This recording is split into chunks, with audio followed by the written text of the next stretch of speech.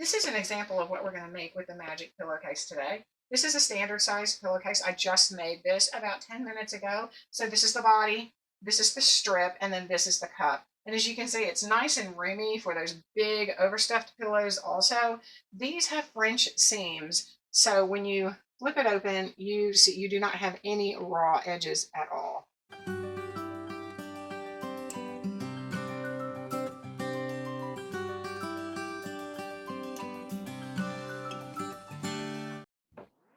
Hello YouTube friends, I'm back today with another tutorial. Today we're going to make magic pillowcases.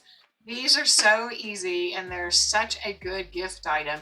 We're just birthday items or they don't have to be Christmas themed. However, I'm making this for a craft fair coming up, and so I'm making these Christmas themed. However, you can make them any theme you want, especially for children. They are so cute and so easy to make. So I'm going to start walking you through this. If you're interested, stick around and don't forget to hit the like and subscribe button. And if you want to see other products I make, please go to my website. It's hugsandstitchesbyval.com. So there's 3 pieces to a magic pillowcase. There's the body of the pillow, there's the strip, and then there's a cuff. So these are my choices for this pillowcase. So first of all, I'm going to cut the easy ones. I'll save the body for later. This is just the strip that separates the body from the cuff.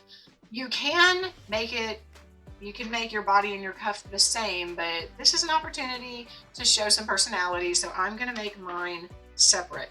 So this strip is just 2.5 inches width of fabric. I'm going to square up this edge because I just got this at the fabric store, and as you know, they're not always perfect on the top. So let me just square up my edge. And then these strips are 2.5 inches. I'm going to make 2 of these pillowcases so that they can match. So I'll be making 2 of everything. There's one 2.5 inch strip. Here's a second one. Let me get this fabric out of the way here. This is the cuff, and this is directional, so I want to make sure that I'm mindful of which direction I want this to be. I'm not interested in that right now. Right now I'm just going to cut it. But these need to be 11 inches width of fabric. So I have used this one recently, so you can see that this is a good straight edge. So I'm just going to push this up a little bit and cut 11 inches for my cuff. Do my second one. That is barely going to give me 11 inches out of that. And then lastly, I'm going to do the body. The body is going to be, these are standard pillowcases. I did not say that in the beginning. I will put measurements up there for king size and for standard. You can find them in the description box, but I'll also just put a text across. It's pretty simple. There's really not many materials involved in this. I'm going to straighten my edge out of here. And then I'm going to do 27 inches. I do not have, my cutting board goes to 24 inches. And I can turn it sideways and do that if I wanted to, but I have a bunch of fabric over here. So I'm going to cheat, and I'm just going to fold this 13.5 inches. That way I know that it'll be 27 inches total. So this is 13.5 inches right here. Here's one.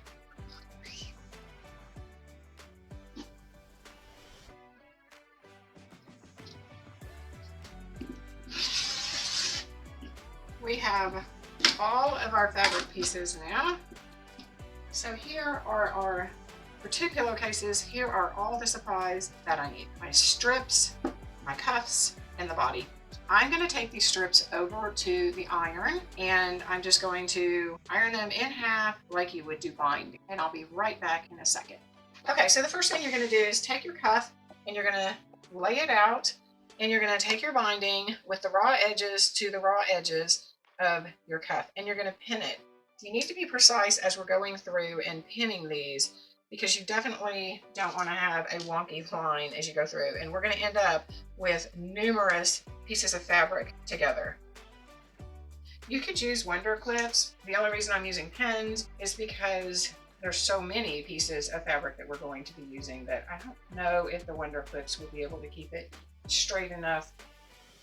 Once you get this pinned on, you take the body, flip it upside down like this, and you pin this in place with the other ones.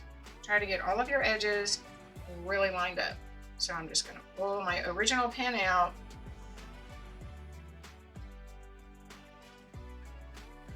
And add it.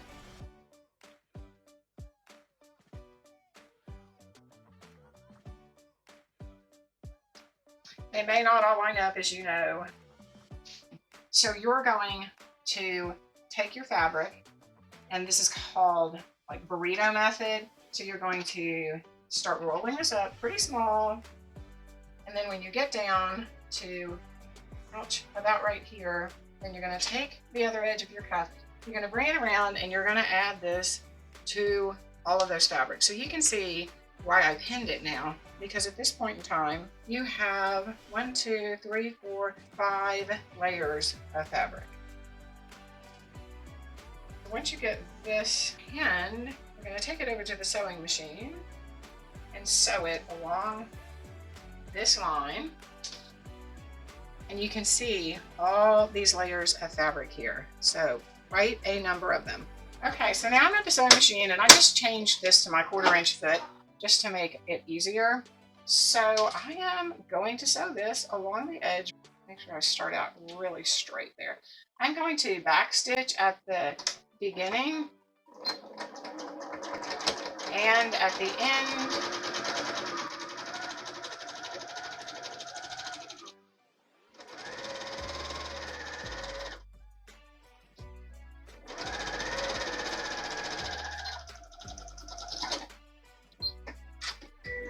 So now we have this nice long burrito, and we're going to turn it inside out. So we're just going to reach in and start grabbing the fabric and pulling it inside out. And you're going to see that now you have this great setup with the cuff and the strip and your body. Now that we've sewn this, I'm going to take this over to my iron. I'm going to give it a really nice press here so that I can keep these lines very nice. Make sure your back and your front are all pressed nicely. And I'll be back in just a minute. Okay, so I've ironed it now, and you can see this nice crisp line, front and back. And so now we're going to square up these edges because these are the different widths of the fabric. It's perfectly normal. So what I want to do is turn these to each other, and I want to match up these very well. I want to match up the lines of the strip, and then I'm going to trim it. So I can do this with Wonder clips. I want to do this with the least waste as possible. So I'm more concerned about lining up these edges over here than I am the edges over there, which I feel pretty comfortable with what we've got going on here. You can see this is where we cut off the selvage, and this is where we cut off the unevenness over here. I'm gonna line this cuff up on the table. Let me move this in so that it's doubled up. So my ruler isn't long enough to do that.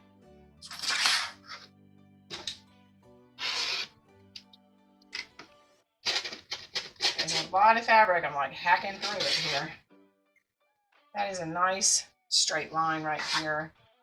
And when we peel this back and we look at this, we've got these lined up perfectly. So I am going to flip this around to the right side, and then I'm going to line everything up. I know it sounds a little crazy to do the right side, but that's the French seam. Trust me, it's going to work just beautifully in the end. So I'm going to line these up first, and then I'm going to clip all the way around. I'm not worried about that little bit of selvage right there because that's going to be in the seam allowance. We're going to sew this at a 3/8 seam allowance. Well, no, this one we're going to sew at a 1/4 seam allowance, and then when we flip it around, we're going to sew it at a 3/8. to cover up the original quarter. So you should see that all of your cutting is just lining up beautifully at this point. I'm going to go to the sewing machine. I'm going to start at the cuff. I'm going to back stitch, sew all the way down, and I'm going to leave my needle in down here, pivot, and go ahead and sew a 1/4 inch all the way to the end and back stitch again.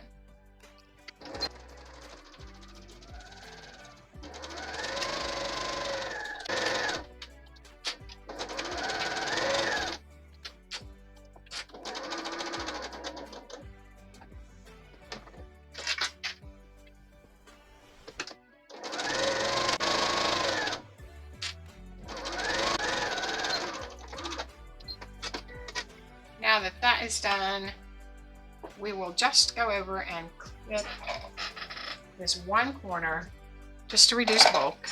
We're going to flip it wrong side out.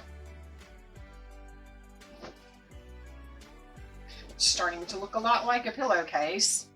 I'm going to grab my little clover point turner, and I'm just going to poke my little corners out here.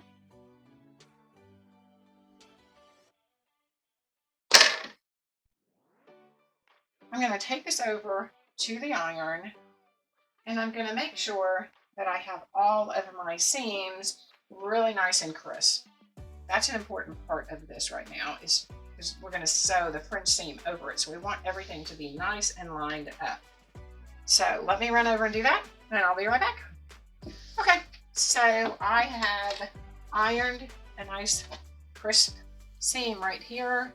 And all I'm going to do is throw on a couple wonder clips here just to keep my seam nice and straight while I go over and sew this. Make sure your corners are nice and crisp. You want them to be as 90-degree as possible. We're going to do the same thing, except for with a 3/8 inch seam allowance, so that we can make sure that we include the 1/4 inch seam that we did before. So we're going to sew down here, starting with the cuff, back stitching, come to the corner, leave your needle in, pivot, come around to the edge, and back stitch, and then we're done.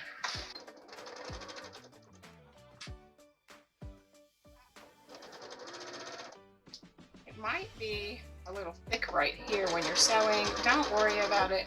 Don't worry about it if it like just kind of bumps over a little bit. It's not going to be noticeable at all.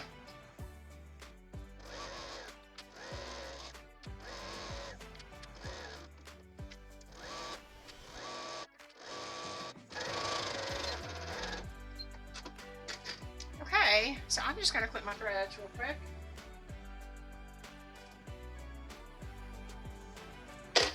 And we're going to flip it around, and you're going to see that you cannot see any of your raw edges. You don't need a serger. You don't need to zigzag. You've just done the entire pillowcase. So this is what it looks like. And see, there were no worries about the directional fabric. When you lay this out in the very beginning and you attach your strip to your cuff, just make sure your cuff is in the direction you want it to be, and it's going to look beautifully. So, how cute is that? I'm just going to iron this, and I'll show you the finished product in just 1 second. So the finished product, and you can see that this turned out beautifully. It is not difficult at all to line these up. You just have to make sure that you pin them well in the beginning. So let's stuff this pillowcase and see how generous the size is. There you go. Beautiful pillowcase. So here's some other combinations of fabric, all Christmas themed, that I made for the market. This is the one that I thought turned out so beautifully that I might actually make some for my own bedroom. But we've got the snowmen, and we've got gingerbread houses with gingerbread people, some more traditional poinsettias. Here's some really happy snowflakes, and then some more muted blue snowflakes. Thank you for watching. Hope you enjoyed it. God bless.